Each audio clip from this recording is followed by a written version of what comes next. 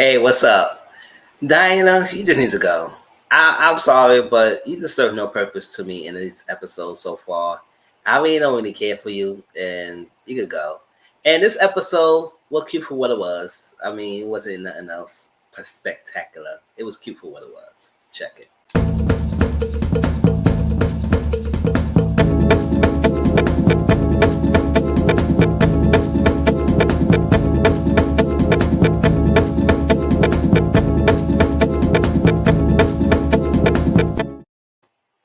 Hey y'all, what's up? My name is Tom Mizzle. You watching my channel Mizzle 14.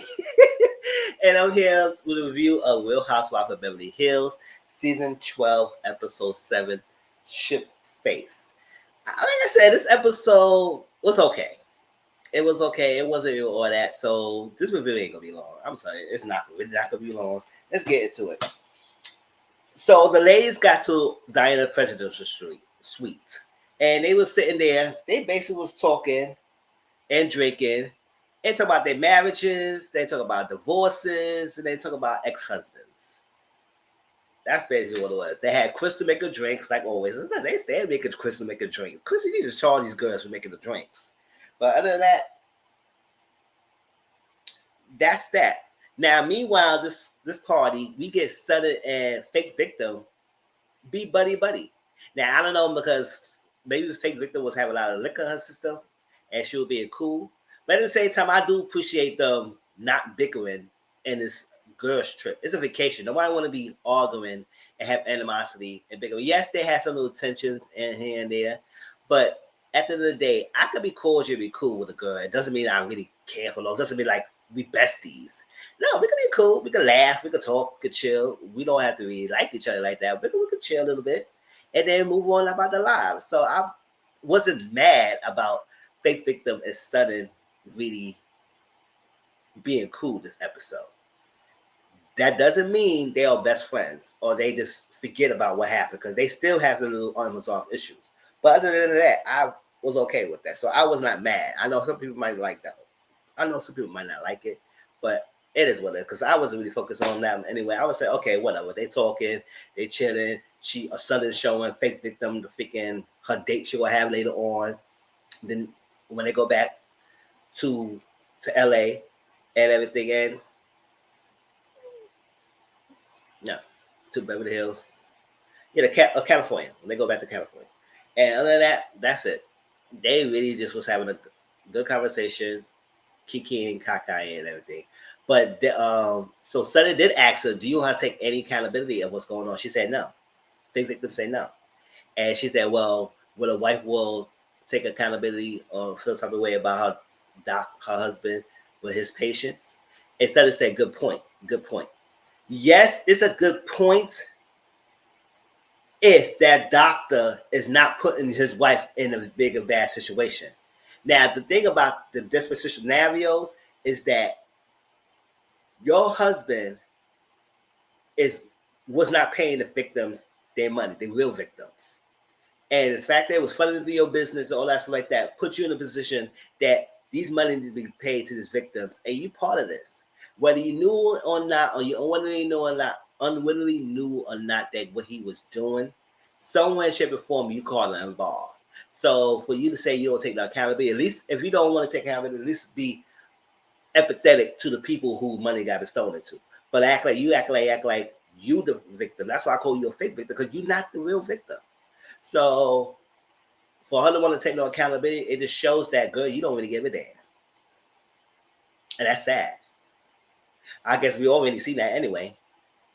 So when you sit here and act like we should be feel sorry for you, this is the reason why we don't feel sorry for you, because you don't want to take accountability, you don't want to feel sorry, you don't want to feel none of that. And then you want to compare that to a doctor's wife. No. If the doctor is putting his wife in a position that she's unethical and illegal, then she will put responsibility because she knows what's going on. And yes, she will take accountability. Unless the doctor is not letting her in on things, whatever. But once thing hit the fan, as long as he don't involve her in the same way for and she's knowing what's going on, then that's different. So it's a good point if the doctor was willing putting his wife in a situation of what she's doing. That got her jammed up. It does be different. All right. So Southern Crystal and Garcelle, they talk while Venna, Cal, and Dorit was talking, right? Yeah, and they had two separate groups. So Dorit, Cal, and Renner was talking about how Crystal don't really haven't been lived or really have a lot, a lot of life experiences to understand dynamics, understand social cues and everything because she hasn't been sheltered, she hasn't been around groups like that. So it's very hard for her to understand the dynamics and what she said and how it impacts the group and what's going on because she never really had that. So now she's learning things and she's trying to be open. She tried to do like that, but you have to make the girl be safe to open up to y'all to learn her. But Crystal does need to learn some things and grow up and have some more comfortability and also more awareness of what you're doing and what you say. Crystal. Because you come off like you better than the ladies. You come off elitist. You come off like you got everything. You got it all right. And people is around you is wrong and they don't understand you. But you could also invalidate these people. But you had to be needed to be validated. It's like, all right. So Crystal instead of they talk about fake victim and how she's so talkative. Now Crystal told Garcelle, it's like, oh, Sudden and fake victim was really buddy last night. And she's like, oh, really? Okay. And the basis is like she was talking. And fake victim, with all that like in the system, yeah, she basically just talking and talking and talking and talking. And I guess Garcelle hit it nail in the head. She said she talks because she don't want people in her business like that. She try to avoid that. So she talks and just so you won't be wrapped up in that. But Garcelle said, I'm not finished. I'm not knowing what happened. I ain't forget what's going on. But you can let her talk. But I would say good, let her talk because maybe you get her some more liquor in the system and then maybe she be inhibited to speak some things that she may not speak to when she's sober. So go ahead, drink a little bit more. I'm gonna ask you questions, girl. So, so something was like, oh, they was like the reason why fake victim had really had an issue with Sutter because she called her a liar, and that's what her beef and animosity towards Sutter was because she didn't like to be called a liar. And so Crystal said, "Well, you call me a liar too," so like that. And he said, "Yes, I did. We gotta be mindful. We passed that. So if we go apologize and move forward, we don't go back." And that's what we told last time because if y'all supposed to hash that thing out from last year, Crystal, you should have brought this back up now. And if she did say something so dark and problematic and everything, why you want to be friends with the girl? That make sense. You made a friendship, you passed things on, and now you just holding on that this girl could be dark. I said no. If you feel that way, why are you with her? So, but they would say maybe Crystal, you doing things like that because you could be manipulative and you weaponizing that. And they said no. When she hold things in and she be quiet because she don't speak up and stuff like that. She said, "Y'all think that's manipulative, but that means I'm internalizing processing when I'm going on. And when it comes out, it comes on at a long time and doesn't come out in the best way." And I said, "That's because you always hold things in. If you don't express yourself and let it go, that's it." But I don't understand. Some people do hold things in and want to internalize what's going on to themselves, but then again, when you get to the group and you be pressured, then things, your unresolved feelings that you have in inside will explode at the wrong times and they're gonna make other people uncomfortable. So you need to really get that together. And so now we're trying to understand you, even though it's still not great, but now we have a better understanding why when you quiet, you internalize things. Okay. So they got to the boat and Faith Victor was already drunk. She had this platform, a lot of this high heels. She had to take that off because she was stumbling. They had to hold her up. And then she was mostly laying down throughout the boat ride. Faith Victor was drunk. And she was saying random things and random things and random things. It was making any sense what she's saying. And it was so funny that she was on that couch speaking to herself. And then she got up 2 minutes later. 2 minutes later, they go outside and say, "I'm ready to eat." And then she talked a little more, and then she lay back down, and she was tired. I said, You tired? You talking a lot? Hey, you was drinking? Oh yes, you gonna be talking. So they asked Crystal. No, before that, Diana Garcelle and Sutton was talking, and Garcelle asked Diana, "Do you have any siblings?" And she said, "Yes, she had a brother, but the brother unalived himself, and it was devastating. It was, I think, he was young, 19 years old, and that's that." So they was in the midst of talking about death and grieving or stuff like that. Sutton mentioned how her father unalived himself, and it's impactful to her to this day. And then all of a sudden, Diana made it seem like Sutton only want to talk about Sutton, and it's all about Sutton, all Rose Lisa Sutton. I said, no, it doesn't. At the end of the day, it was a conversation y'all was having, and she was trying to connect with you about her experience, just like kind of Matthew Short's experience about her loss. And now you find out took that as she was trying to make it all about herself. Now, do people can feel like Sutton does talk about herself a lot? Yeah, she does. But at the same time, she don't in the manner that she can take away from someone. And she responds to the conversation. So if y'all was talking about loss and she has a loss, why y'all couldn't connect it? Like, why you feel like that was like a freaking she was all be conceited? No. And now in the meantime, she's just saying, that's it. No, that's that. I said, Diana, you do too much. It's because the last night you feel something way about something on it. Or of a sudden. Yeah. All right. So Fake Victim was on the boat. She got up. She got up for sleeping because she just was talking 2 seconds ago, and then 2 seconds later, she just got up in the boat. So let's eat. So everybody said, "Oh, here we go." And then they were talking about threesomes, and Fake Victim was asking Crystal if Rob invited you to a threesome with somebody who you would do with, both male and female. And I guess somebody else answered it, female, but I don't think it was Crystal. But I don't remember. She probably did answer the question. But she said, no, I don't think she did that because she said she don't get down like that. So somebody else said it.